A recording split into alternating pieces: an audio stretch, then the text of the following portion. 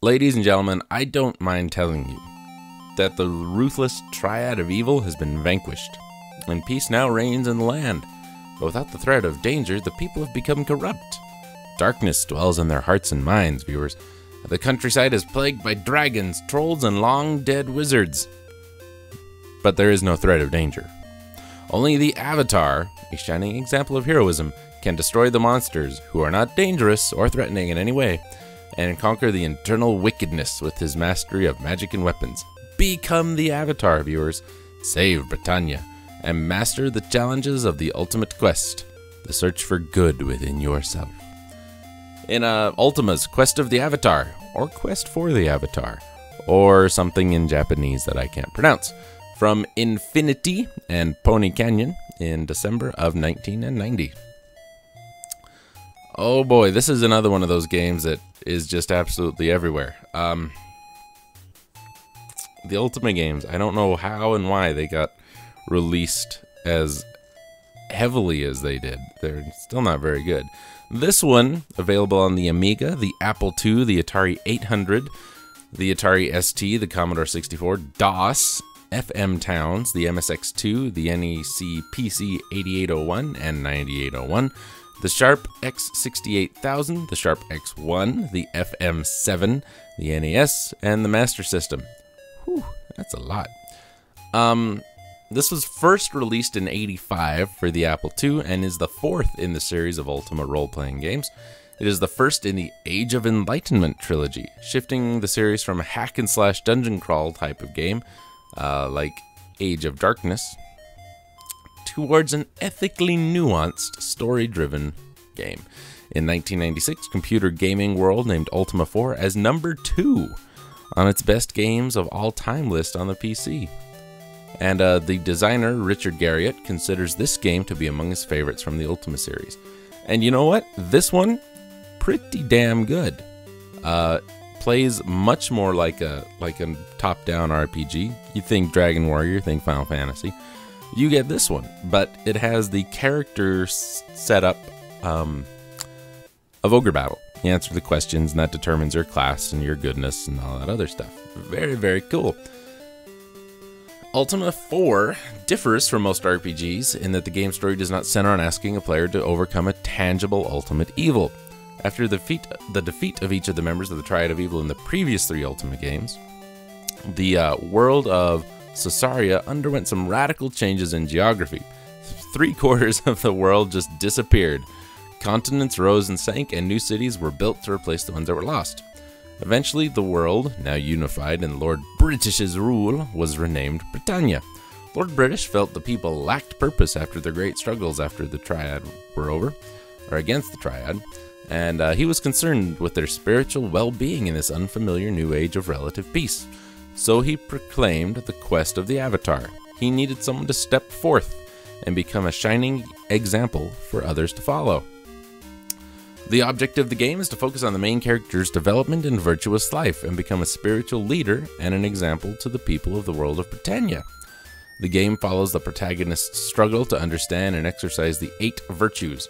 After proving his or her understanding in each of these virtues, locating several artifacts, and finally descending into the dungeon called the Stygian Abyss to gain the Codec of Ultimate Wisdom, the protagonist becomes an avatar.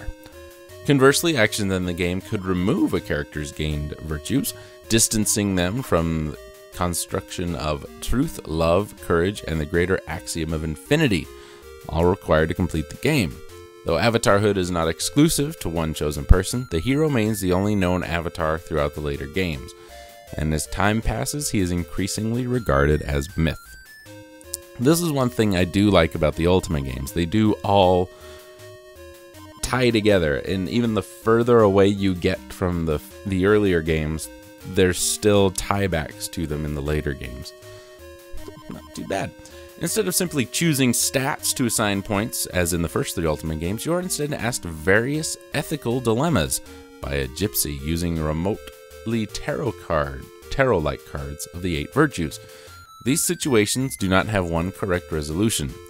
Rather, the player must rank the 8 virtues by whichever stands as their highest priority, and that determines the type of character you will play. However, Not, however, yet. We're not there. For example, choosing compassion makes you a bard, honor a paladin, sacrifice a tinker, and so on. This was also the first Ultima game where you had to play as a human, eliminating other races such as the elves, dwarves, and bobbits found in previous games altogether. However, even in the first 3 Ultimas, where they could be chosen as player characters, they were never any NPCs of those non-human races. Although each profession embodies a particular virtue, to become an avatar, the player must achieve enlightenment in all 8 virtues. Enlightenment in the virtues is achieved through the player's actions, as well as through meditation at shrines. Shrines to each of the virtues are scattered about Britannia, each requiring the player to possess the corresponding virtue's rune before allowing entry. Through meditation and correctly repeating the virtue's mantra 1 to 3 times at the shrine, the player gains insight and ultimately enlightenment in a virtue. A seer in Lord British's castle provides the player with feedback on their progress in the virtues. Technically, the game is very similar to Ultima 3 Exodus, although much larger. This was the first Ultima game to feature a real conversation system, whereas NPCs in the earlier parts would only give one canned answer when talked to. Now players can interact with them by specifying a subject of conversation, the subject determined either by a standard set of questions, name, job, or health, or whatever, or by information gleaned from the previous answer or from other characters. Many subquests were arranged around this. Another addition were dungeon rooms, uniquely designed combat areas in the dungeons, which supplemented the standard combat against randomly appearing enemies. The world of Britannia was first introduced here in full, and the world map in the series did not greatly change anymore from this point onward. The player may travel around Britannia by foot, on horseback, across the sea in a ship, or by air in a lighter-than-air device. Speed and ease of travel is affected by the mode of travel as well as terrain and wind. Wow, this is a very, very deep game. We're going to talk about the NES version here. Like Ultima 3, Ultima 4 was released to the NES by FCI and Pony Canyon. This version, titled Ultima Quest of the Avatar, was released in 1990. The NES port is very different from the other versions. The graphics have been completely redone, as well as the music. The dialogue options were quite limited once again. Another change is that you cannot have all 7 recruitable characters in your party at the same time, as you could in the other versions. Any character over the 4 you could have would stay at the hostel at Castle Britannia, requiring you to return there to change characters. However, the combat system was fairly close to the PC games, with the additional option to use automated combat. Additionally, the spellcasting was simplified, removing the need to mix spells. Both the intro and a big puzzle at the end of the game were removed as well. This is the only port where Julia the Tinker was replaced with a male character named Julius. Dragon called this the most impressive and complex adventure to date, a total adventuring environment that takes place across an entire continent, and the closest anyone has yet come to approximating a full-fledged fantasy role-playing experience in a computer game. And in 1996, Computer Gaming World ranked it as the second best video game of all time, as well as the second most innovative computer game. And you know what? This one's not bad. I don't dislike this one. I haven't played much of it, but I'm pretty cool with it.